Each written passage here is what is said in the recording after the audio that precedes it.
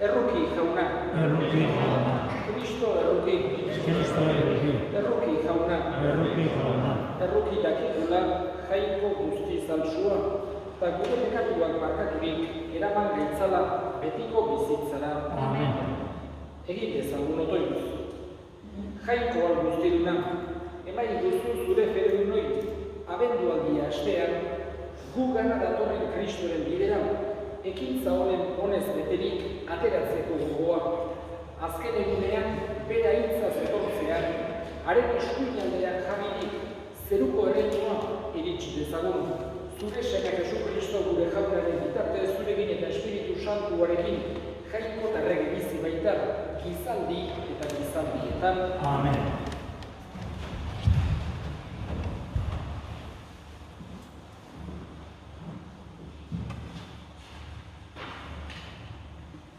Lectura del profeta Isaías. Tú, Señor, eres nuestro Padre. Tu nombre de siempre es nuestro Redentor.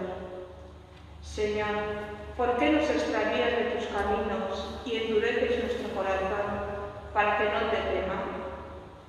Vuélvete por amor a tus siervos y a las tribus de tu heredad. Ojalá rasgases el cielo y bajases, derritiendo los montes con tu presencia. Bajaste y los montes se derritieron con tu presencia. Jamás oído oyó, ni ojo vio un Dios fuera de ti, que hiciera tanto por el que espera en él. Sales al encuentro del que practica la justicia y se acuerda de tus caminos. Estabas airado y nosotros fracasamos. Aparta nuestras culpas y seremos salvos. Todos éramos impuros, nuestra justicia era un paño manchado. Todos nos marchitábamos como follaje, nuestras culpas nos arrebataban como el viento. Nadie invocaba tu nombre, ni se esforzaba por aferrarse a ti, pues nos ocultabas tu rostro y nos entregabas al poder de nuestra culpa.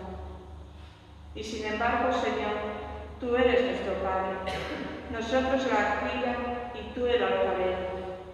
Somos todos obra de tu mano. No te excedas en la ira, Señor. No recuerdes siempre nuestra culpa. Mira que somos tu pueblo. Palabra de Dios. Señor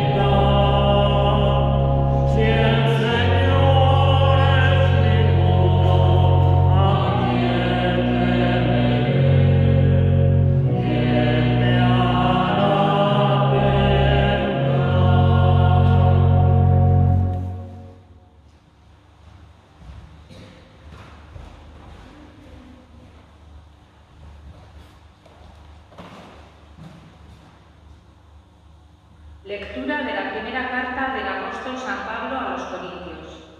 Hermanos, la gracia y la paz de parte de Dios, nuestro Padre, y del Señor Jesucristo sean con vosotros. En mi acción de gracias a Dios os tengo siempre presentes, por la gracia que Dios os ha dado en Cristo Jesús.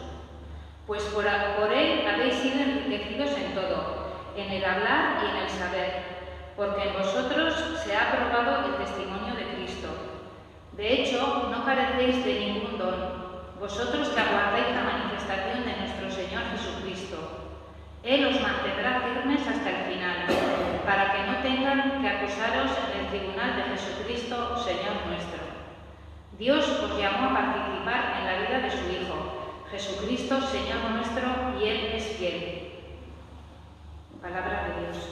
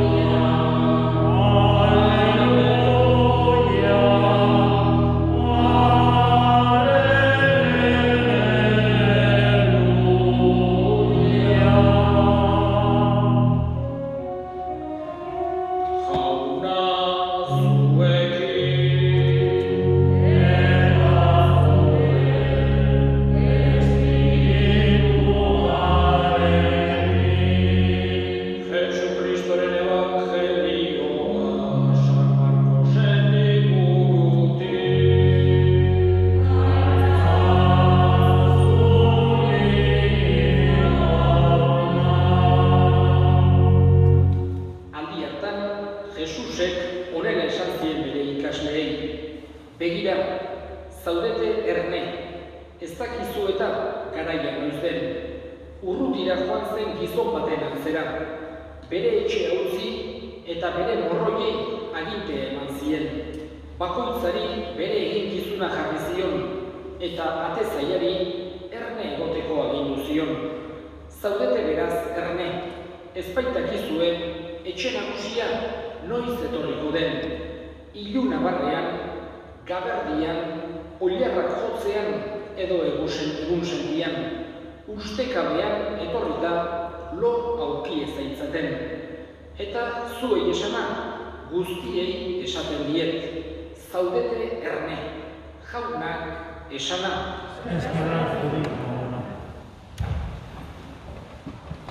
Abendualdiko lehenengo igandearekin, hasiera ematen diogu urte liturgiko berri bati.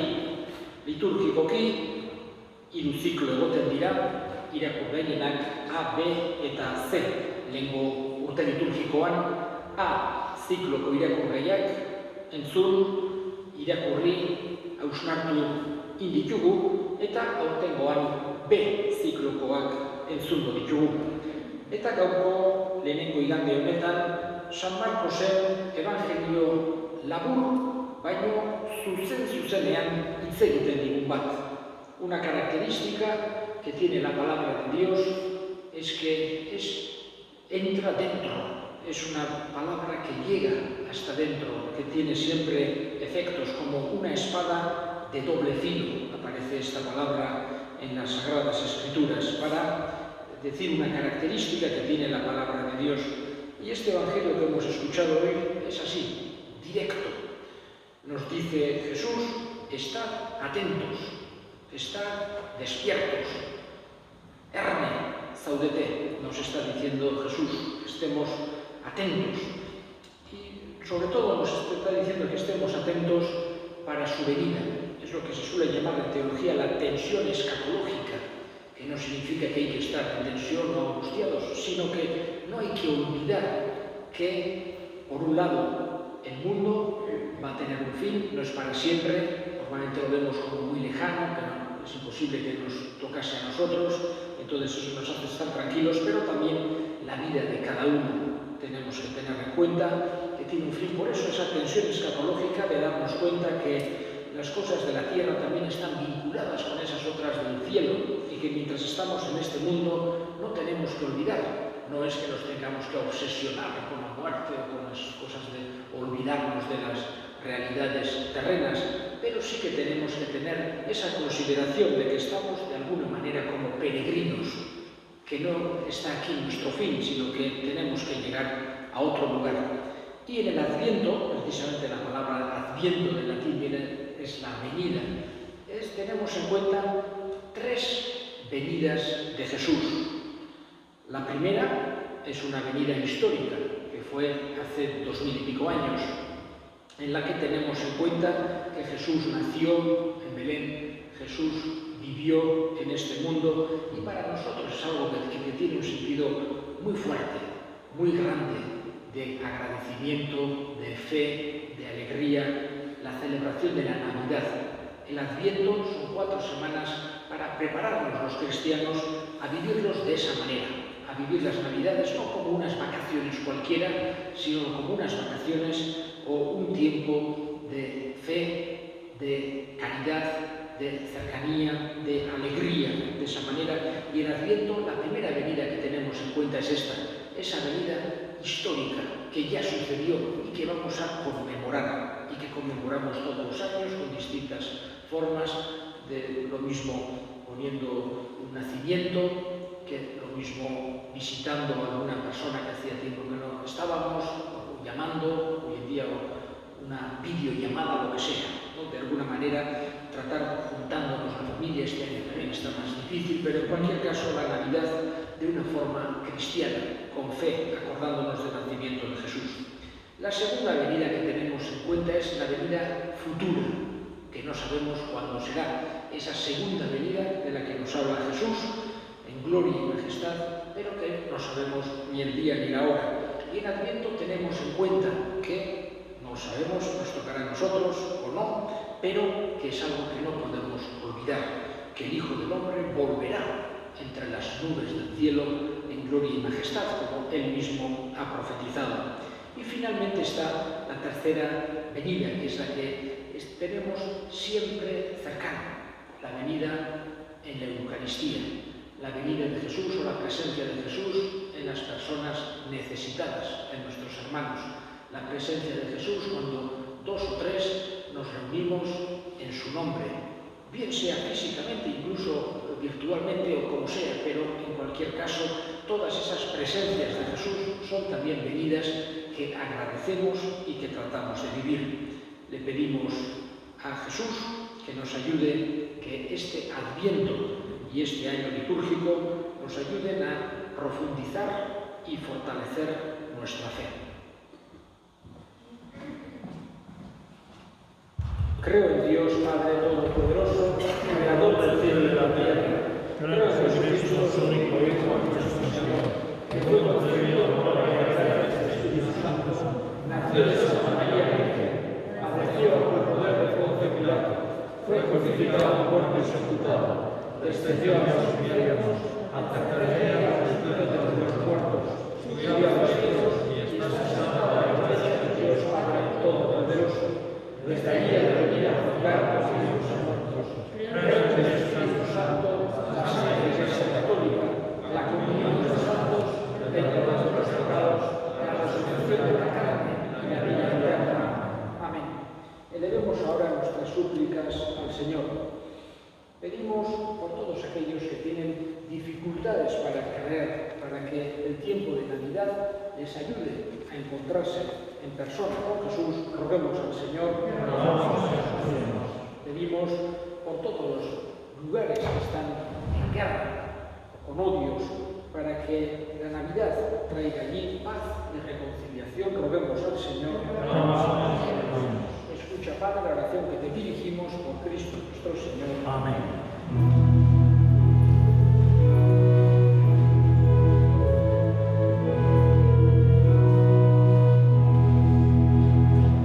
Oh,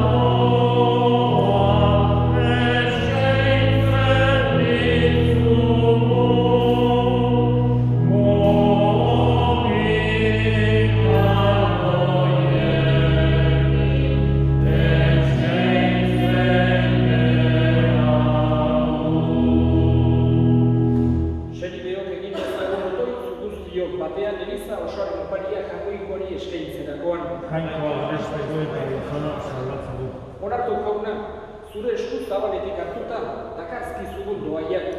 Egizu, ogiako hauekin, oraingo bizitzaldian ospatzen dugu Eukaristia, zure erospenaren betiereko sari gertadakigula, Jesu Kristo gure jaunaren bitartez. Amen.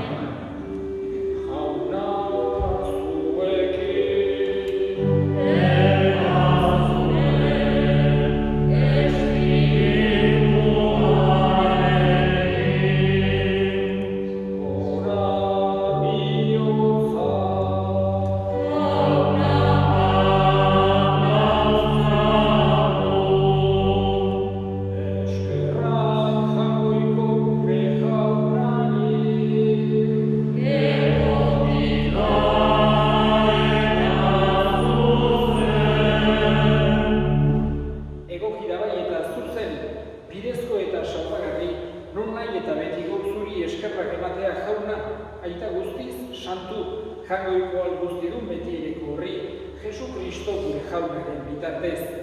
Bera, behin apalik etorri zen gizonegina, betidariko zure asmoa betetzera, eta guri zerurako bidea zabaltzera.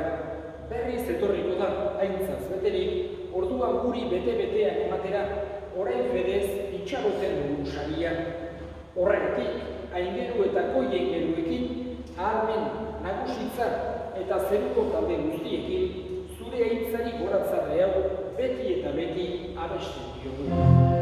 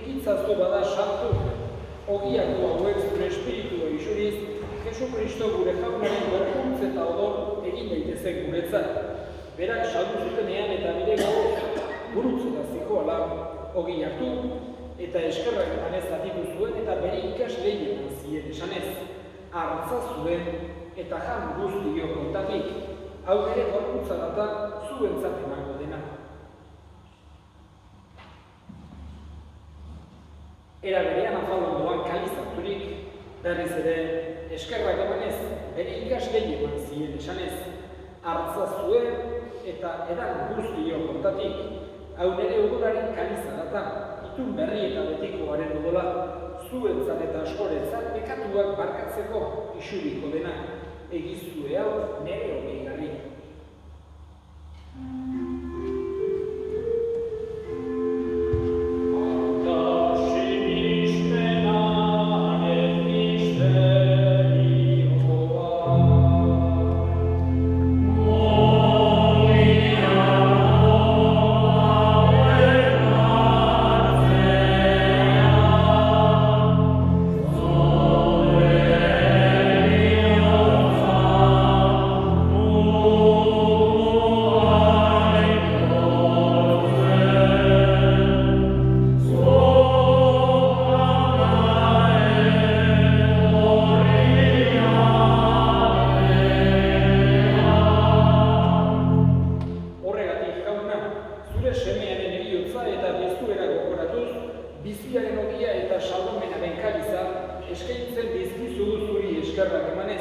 Aldarean zure zerbitzari onartu gaituzulako, Eta balik eskatzen dizugu Kristoren gorputza eta odola hartzen ditugunok Espiritu Santuak bat egin gaitzala. Izango gogoan jauna, mundu guztian zabaldurik dagoen zure eliza. Eramazu maitasun osora Frantzisko gure ita santuarekin, Frantzisko gure hartzaiarekin eta egiz gizon guztiekin batean. Era berean izango gogoan jauna, bizteko itxagopenean joan diren gure segideak eta hildako guztiak ere. Arritzazu zure aurpegiaren argitan, errukizak izkidu arren, guztiok betiko bizitza iritsi dezagun, Jangoikoaren ama Maria Virginia Tomatsuarekin, haren senar Jose Santuarekin, apostolu santuekin, eta gizarte guztietan zure adiskide izan diren santuekin, haiekin batean gure sentzegun, Jesu Kristo zure semearen bitartez. Honen bitartez, honekin eta honengan, zuri aita Jangoiko guztiun horri, Espiritu Santuarekin batean, ospeta aintza guztia, gizaldi eta gizaldi guztietan.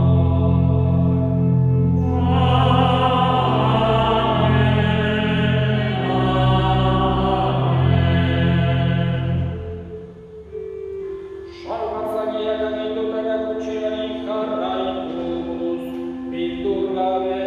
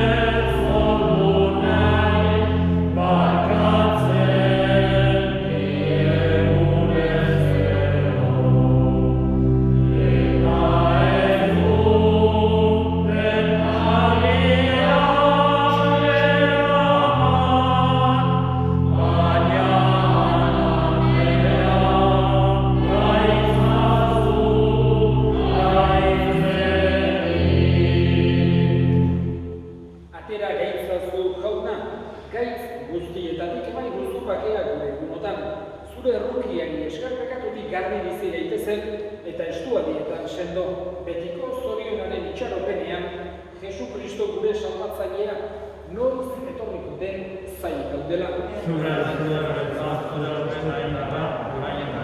Jesu Kristo gure jauna zuesma da apostoluei bakea uzten dizuet nire pakea ematen. Begira zure elizaren sinismenari eta ez gure pekatuei eta zure gogoa den bezala emaituzu elizari pakea eman batasuna errege bizi baizera gizaldi eta gizaldietan. Amen. Jaunaren pakea beti zuekin Eta zuekin. Eta eskurik eman gabe nahi zuen pakea.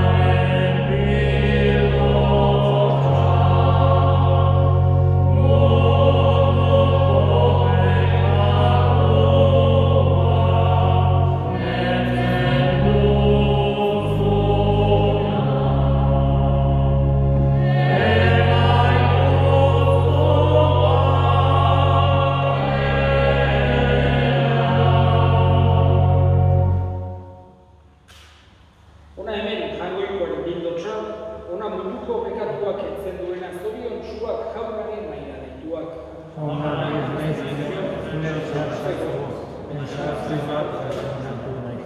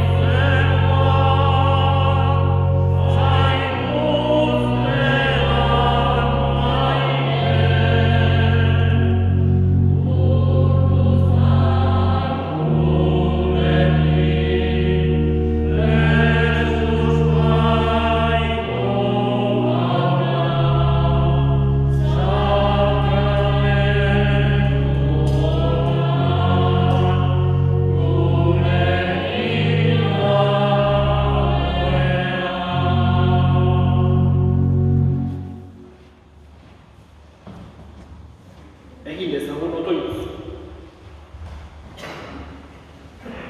Hon egin dezaigula jauna, orain ospatu dugun sakramentu honek, eta egizu mundu hontako gauza ieskorren artean erromes gabiltzanok, zeruko ondasunak maita ditzagula, eta horietan jar dezagula gure bihotza, Jesu Kristo gure jaunaren bitartez. Amen.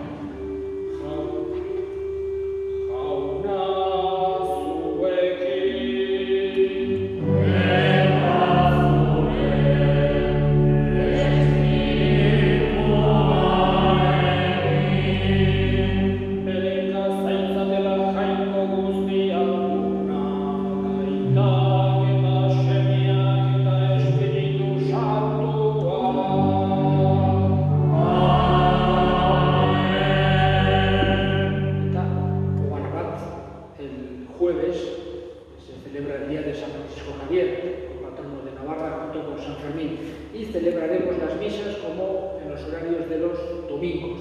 Por tanto, la de víspera tendrá lugar en las monjas, a las 6:30 de la tarde, el miércoles, misa de víspera de San Francisco Javier en el convento de las Madres Clarisas. Y el jueves a las 9 de la mañana habrá misa en las Clarisas y a las 11 aquí